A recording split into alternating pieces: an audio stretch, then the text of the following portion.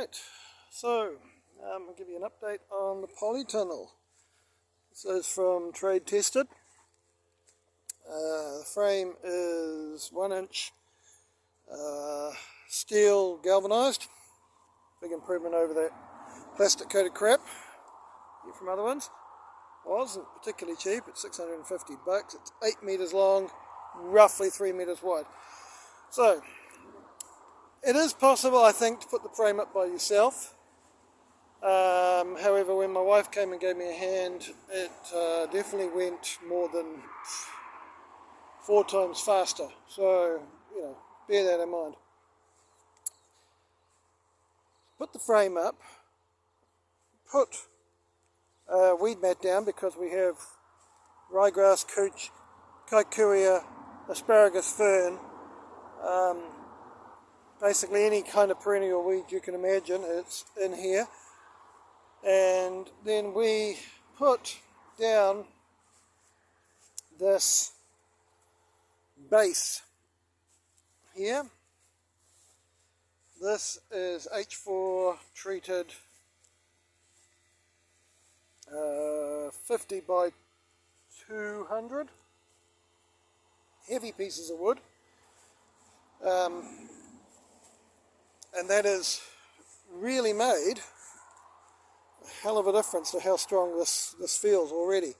So the next stages are, the plan is to put in two 2x4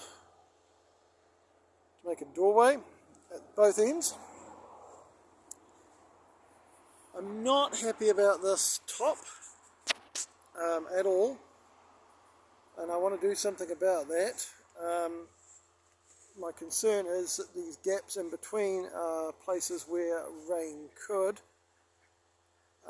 pull, and then you could imagine there are 8 of these sections, 10 of these sections, over 8 meters, if each one weighed 50-60 kilos of rainwater. You're talking nearly half a ton of rainwater around. Just the chances of something collapsing is just too high.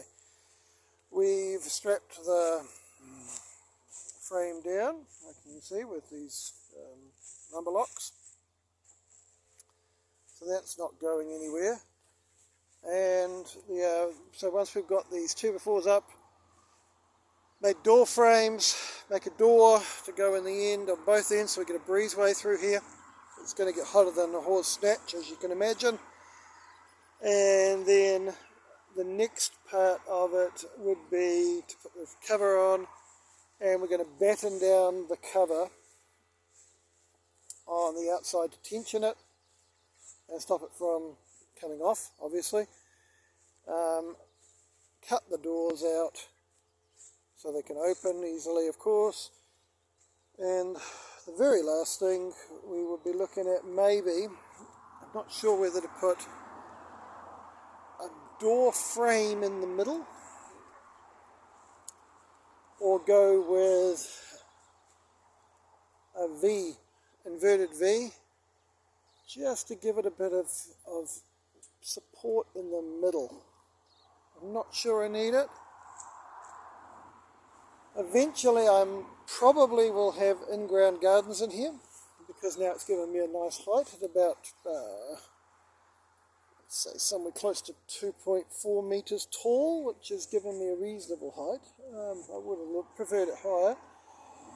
Of course, at the end of the day, if I really, really, really wanted to make it higher, it's a simple case of putting another one of these under each one, which sounds simple, but it wouldn't be simple, and lifting it up that extra 200 mils. But at the cost of timber, spending another $200 to do an extra 200 mils, I'm not so sure it's worth it. We've got room here, come through with a wheelbarrow. I left just enough room here on this side of the chicken fence to walk down. Might grow some stuff in pots, we'll see. Won't be wasted space. I'm not planning on this shade cloth, weed mat being here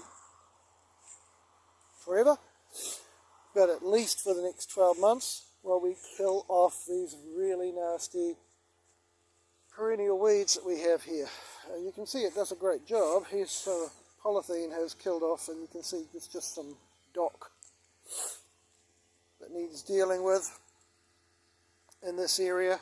And so I'll get on to this, and this will be my first batch of sunflowers going in the ground. Alright, so that's it for now. I'll keep you updated on how we go.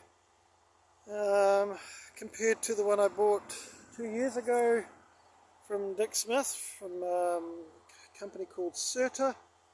That was a steaming pile of shit. You would have been better to have taken my $200, soaked it in petrol, set it on fire, and tied it to the arse of an eagle or something like that, to be brutally honest, because really what we got there was not fit for purpose in any way. I still have the frame, though it's falling apart, rusting through, and I might try and resurrect it as some sort of passion fruit climbing frame with a bit of reinforcing, but haven't got around to it. Anyway, catch you guys later. Good luck.